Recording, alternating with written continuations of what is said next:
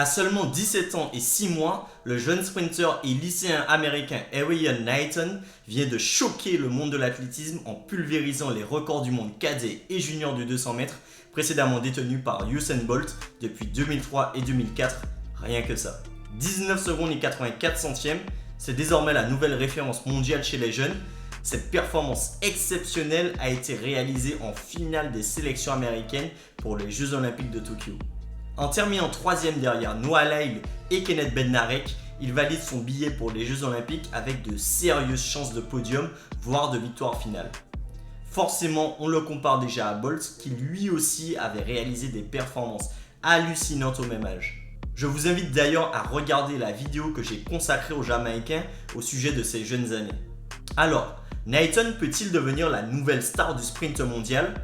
Va-t-il poursuivre sa progression et s'approcher, voire battre les records du monde de Bolt ? C'est ce à quoi on va tenter de répondre dans cette vidéo. Allez, c'est parti.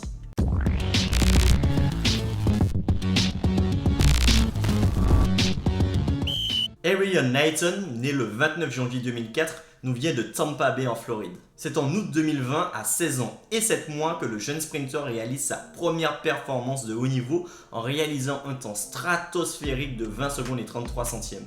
En comparaison, Bolt, qui lui est né le 26 août 1986, remportait le titre mondial junior en 2002 en 20 secondes et 61 centièmes à 15 ans et 10 mois. L'année suivante, en septembre 2003, donc à 17 ans, tout rond, Bolt claquait ce qui restait encore jusqu'à cette année le record du monde cadet en 20 secondes et 13 centièmes. Donc si on récapitule, Knighton court en 19 secondes et 84 centièmes, là où Bolt court en 20 secondes et 13 centièmes. Sauf qu'en réalité, au jeu des années civiles, Bolt et Knighton sont en fait sur les mêmes temps de passage. En y regardant de plus près, Bolt réalisait en avril 2004 le temps de 19 secondes et 93 centièmes, à exactement 17 ans et 7 mois. Donc les deux sprinters sont sur les mêmes temps de passage avec un léger avantage pour Knighton de quelques semaines. 19 secondes et 84 centièmes pour l'américain contre 19 secondes et 93 centièmes pour le jamaïcain. Là où Knighton semble au-dessus de Bolt, c'est dans la répétition des performances. En effet, à l'époque, Bolt ne courait pas autant que Knighton et a connu une blessure qui l'a freiné en 2004. D'ailleurs, tout comme Knighton, Bolt avait participé aux Jeux Olympiques d'Athènes, mais n'avait pu totalement défendre ses chances à cause d'une blessure de plusieurs semaines qui avait perturbé sa préparation. Sur 100 mètres, le jeune américain a plus de références que le jamaïcain qui lui n'avait couru son premier 100 mètres qu'à l'âge de 21 ans.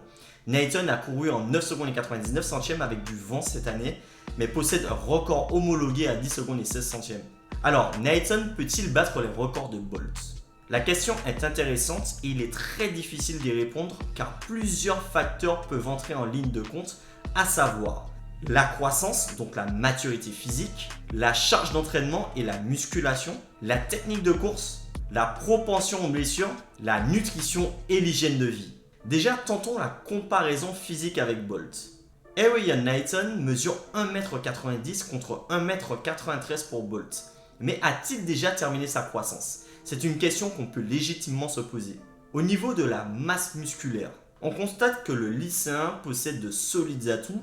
Est-ce déjà le fruit de gros travail de musculation ou est-ce simplement naturel ?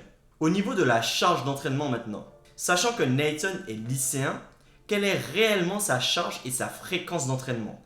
5, 6, 7 entraînements par semaine ? Et puis, il y a aussi la capacité du jeune prodige américain à améliorer sa technique de course. Bolt, lui, s'était beaucoup renforcé musculairement entre 2004 et 2008, mais avait également fait un gros travail sur sa technique de course avant d'exploser aux Jeux de Pékin. Profitant de sa taille, il tirait grandement parti de son allonge pour faire la différence. Visuellement, Knighton semble encore extrêmement perfectible sur sa technique de course, ce qui lui laisse encore énormément de marge de progression. Ensuite, les blessures sont des éléments qui peuvent freiner la progression. Elles arriveront sans aucun doute, mais il faudra observer leur fréquence et leur gravité. La propension aux blessures est une des données qui peuvent contrarier l'évolution d'un athlète. À cela s'ajoute bien entendu l'hygiène de vie, la nutrition, mais aussi le temps de repos et la récupération. Pour finir, beaucoup de jeunes prodiges se sont brûlés les ailes en athlétisme. Un des exemples les plus flagrants est celui de l'américain Steve Lewis, actuel détenteur du record du monde junior du 400 mètres en 43 secondes et 87 centièmes. Il devient champion olympique à seulement 19 ans en 1988 à Séoul. S'il fera une carrière très honorable, il n'ira jamais plus vite que son record du monde. Par ailleurs, sur les épreuves de sprint, de manière générale, on a souvent observé des athlètes de 18-19 ans stagner par la suite. Dans d'autres disciplines, comme au saut en longueur, le russe Sergei Morgunov détient toujours le record du monde junior avec 8,35 m réalisé en 2012. Depuis, il a disparu des radars puisqu'il n'a jamais fait mieux.